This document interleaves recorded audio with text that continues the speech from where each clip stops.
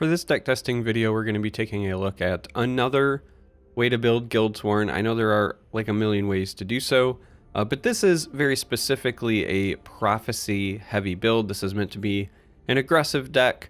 This is like an update to old school prophecy battle mage, but now in the Guildsworn color set. And specifically what we are getting out of adding this are some high power prophecies in the forms of Cloudrest Illusionist. Golden Initiate is great for aggressive mirrors, and that should already be a matchup that you're likely dominating. Cleric of Kine is a lot of utility as well. Piercing Javelin, not something I traditionally run in my aggressive lists, but if you can play them for free, they're rather solid, and it is just another like kind of tempo removal tool. Typically in aggressive decks, you would prefer something like Earthbone Spinner to just silence something and keep going about your business, but outright removing it sometimes works. Housecarl's solid, so on and so forth. The rest of this is pretty standard fare. We are running both of the elites that damage ourselves. I'm also, because of the bigger deck size, sneaking in a couple of Gladiator Arenas to bring that back. Withering Hand Cultist is a must. Sneaking in the new Covenant Plate because it has Prophecy, but is also a pretty powerful card in and of itself, and so on and so forth. So, not really a lot to talk about. It's a straightforward list. A lot of Prophecy, a lot of reach, meant to be aggressive. That being said, I don't expect this to do well. So, we're going to go ahead and jump on to the ladder. We're going to play 2 games, win or lose, like I always do. But we are in what has traditionally been, at least for the last week or two, a very control-heavy meta. And as a result, I don't think that we're in a good position to take advantage of this list, because this list is much, much better against other aggressive decks. So we're going to throw these back but keep the Elite, because the Elite is... oh, God. So the Elite is a really fantastic card in this list because it's very aggressive with the 5/3 stat line, and traditionally you kind of want to hurt yourself anyway in case your opponent isn't doing it for you. And if you do, you might get some free cards. But this mulligan was a wee bit rough. We'll see how they like someone who fights A wee bit rough.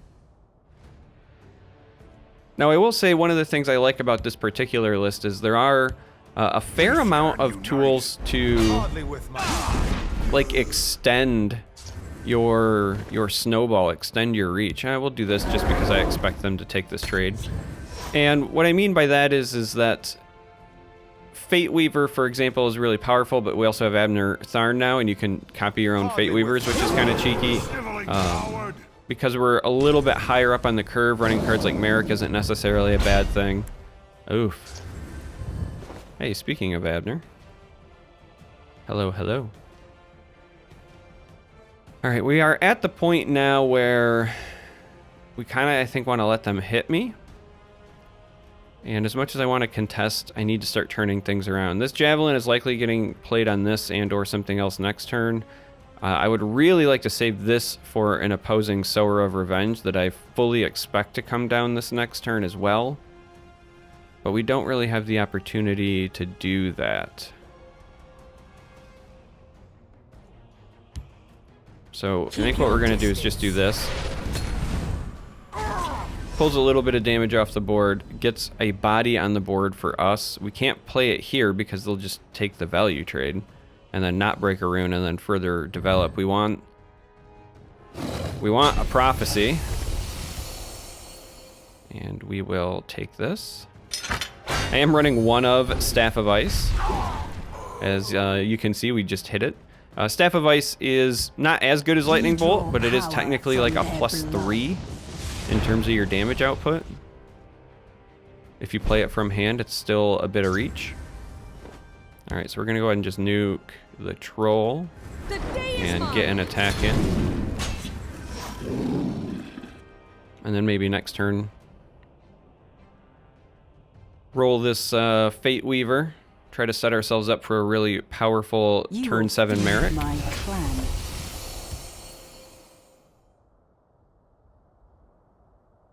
Bless us, Kai. May we we serve you with every word. Yeah, let's go ahead and do this. Considering putting it here in case they had some sort of charge. Or Orcs at the ready. haunting spirit even, apparently. Well now.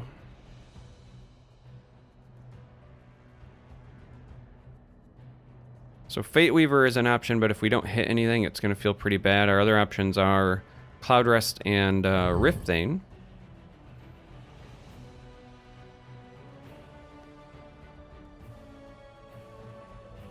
Let's go ahead and attack and see what happens first. So, the reason that Fate Weaver is going to feel bad if it doesn't hit something is that we want, ideally, there to be 3 bodies here.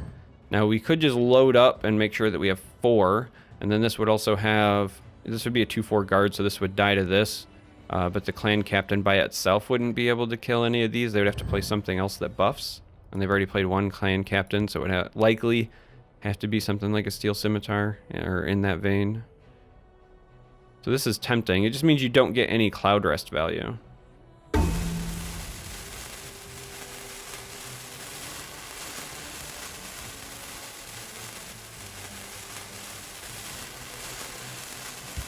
I think we're going to take the gamble here and get punished. All right.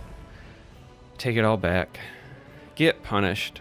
The greed. I couldn't help the greed. So, likely a pretty big misplay on my part. Oh, and they had the charge. All right, well, it is a misplay, and it's going to end up, I think, costing me the game unless we hit some clutch prophecies here. Because now Merrick is off the table. And we're going to certainly have to play defense. Sniveling coward. All right, well, there's a clutch prophecy, like we were talking about. So,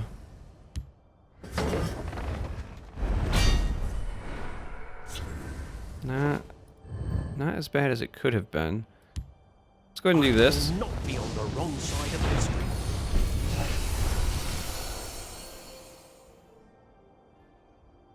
Bless us, Kai.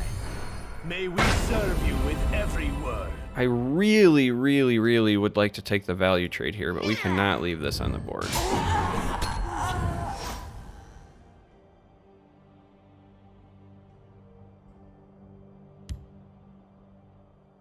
Orcs at the ready. Oh my gosh. Sniveling coward. My kingdom for as many clan captains as my opponent has found. Yeah, this is over. Bless us, Kai. There is no way we come back from this. With every word.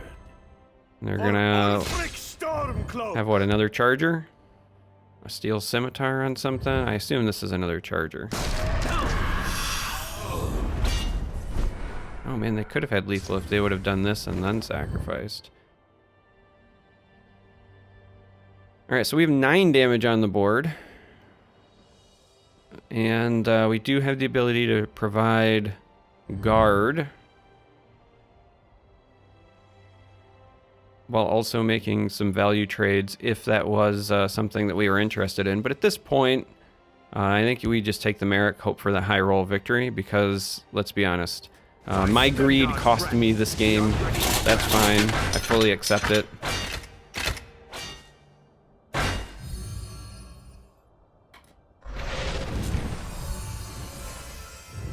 I fully accept it. We did not get enough to push for lethal, so instead,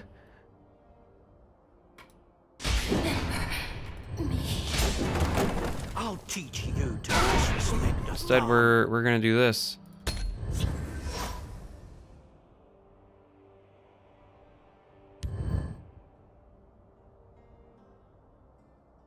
I mean, I naturally assume that we're still dead here, right? Orders. Come at me. I mean, we're down to 4. We do have some guards. I'll crack your head. The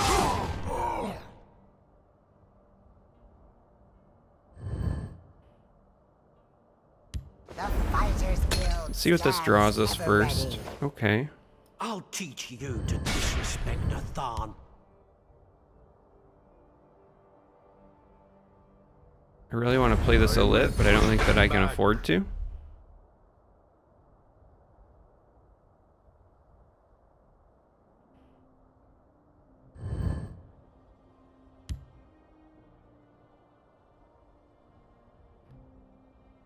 All right, so this is the issue. We need to be able to like counter for lethal. So assuming both these guards die, we have 8 on the board. We would need 6 more points of reach, which we do have in the form of this, assuming they don't play their own guards or anything. So, okay. We'll do this as well. Now, if they have any sort of silence, removal, charge. Yeah, there it is. All right, so it doesn't matter. They win the game entirely off of my own greed. So that feels pretty bad, because that is a matchup that we should likely be favored. However, my own greed was a bit of a misstep. And not to mention, they did find, what was it, all 3 Orc clan captains in their charger. But yeah, that was likely my own missteps there.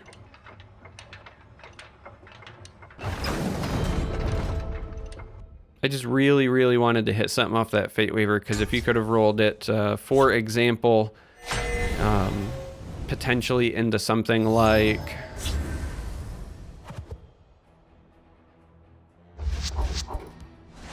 a House Carl or something else. I don't know what it is. Whenever I say a card out loud, they just show up. But always when I don't want to draw it. Never when I'm like, oh, I just need to top deck this one card and then I get it. But whenever I'm just talking about a card and I don't want it to show up, it always shows up.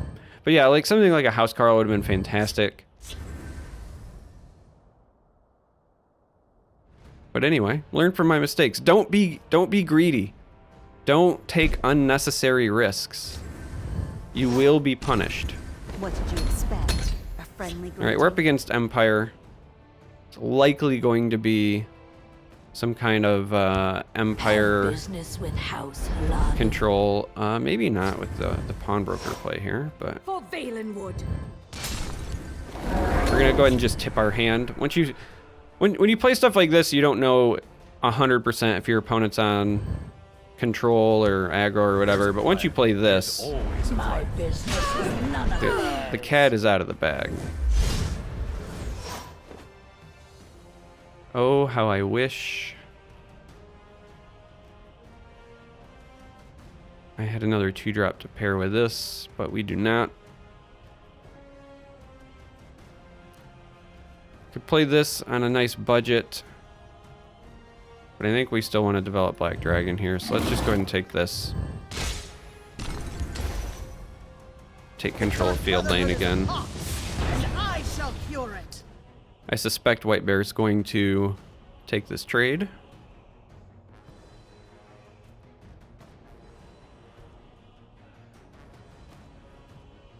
But so far we've only seen 2 drops, so this could still be Empire Conscription.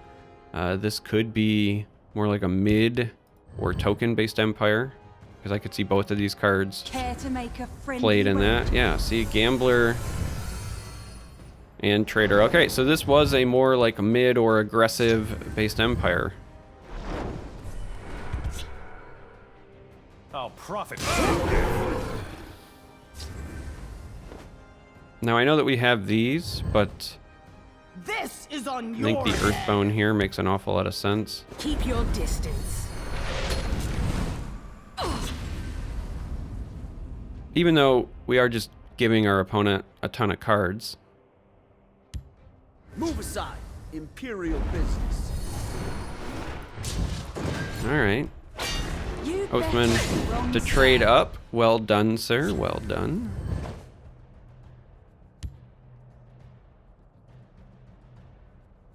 I am ready to join the circle. The day is mine. And tempo shackle this. So other reasons why I included Abner Tharn, besides just like ripping off of Fate Weaver or Merrick or Ancano, House Carl's a really powerful effect. Honestly, even just playing a 5/5 that shackles something can be a very powerful effect.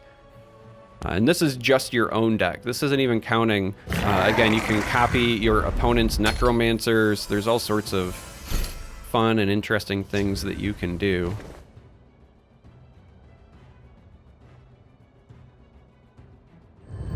Alright, this would allow this to trade here.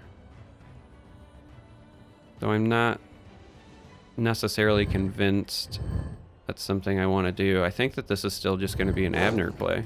Because again, Abner lets you copy all sorts of stuff, which includes but is not limited to Earthbone Spinner. To oblivion with you. So that we can continue to pressure. Now they're going to get some health back from this Bruma. There's not a lot we can do about that.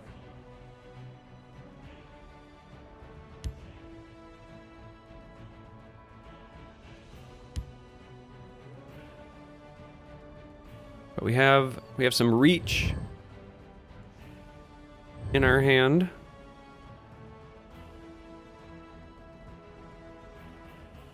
We're going to lose the Shadow Lane, but we have a good presence in the field. I'll whip them into shape.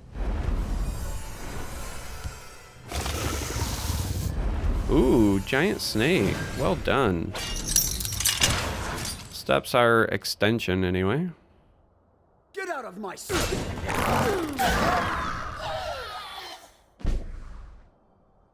Wisely decides to not break my runes. We'll see how they like someone who fights I'm gonna go ahead and do back. this, and oh boy, I really want to develop this, but I want to hide. I don't know what I want to give the +2/+2. Giving it here still just trades, and giving it to either of the other two potentially causes problems, but By our service, I think that it's a honor requirement. time. I think we're going to go with Abner, mostly because if they have another Empire Oathman, then this would also trade here. Like, they only need a +1. Whereas if we go here, it's a bit bigger. Just have to hope now they don't have more giant snakes slowing us down. But I really wanted to develop this because we need to get rid of the Bruma.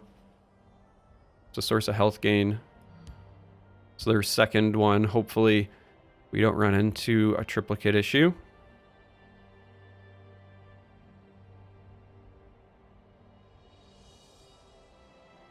And worst case scenario, it does give us at least a creature in a lane where there's no guards and they're not likely to play anymore or do anything. So with the +3 in hand, if we were to draw something like a Sentinel Battle Mace or a Lightning Bolt or an Ancano, maybe we could reach for lethal, though I imagine they're going to likely end up at 11 health here.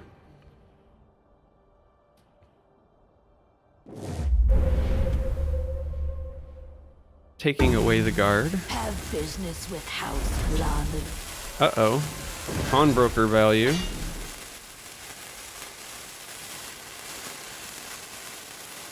So, awful lot of ways to deal 1 extra damage, or potentially 2. And a Shadow Shift. Well done.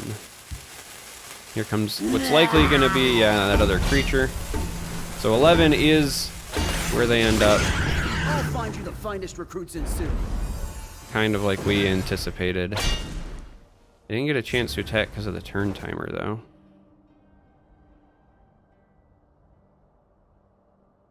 Which works out a little bit for us. So we can, we're 1 off of lethal, or we have lethal. We have lethal because they didn't get to clear that. So I'm going to feel really bad, White Bear, when you see this later. Because, Have you now? I know that the turn timer hosed you. I'll teach you to But, there you go. There's a victory. And that is 2. So, did better than I thought I would, to be honest. It's still a very control-heavy meta. This is supposed to be an anti-aggressive list. But there you have it. If you made it this far, thanks for watching. Until next time, may you walk on warm sands.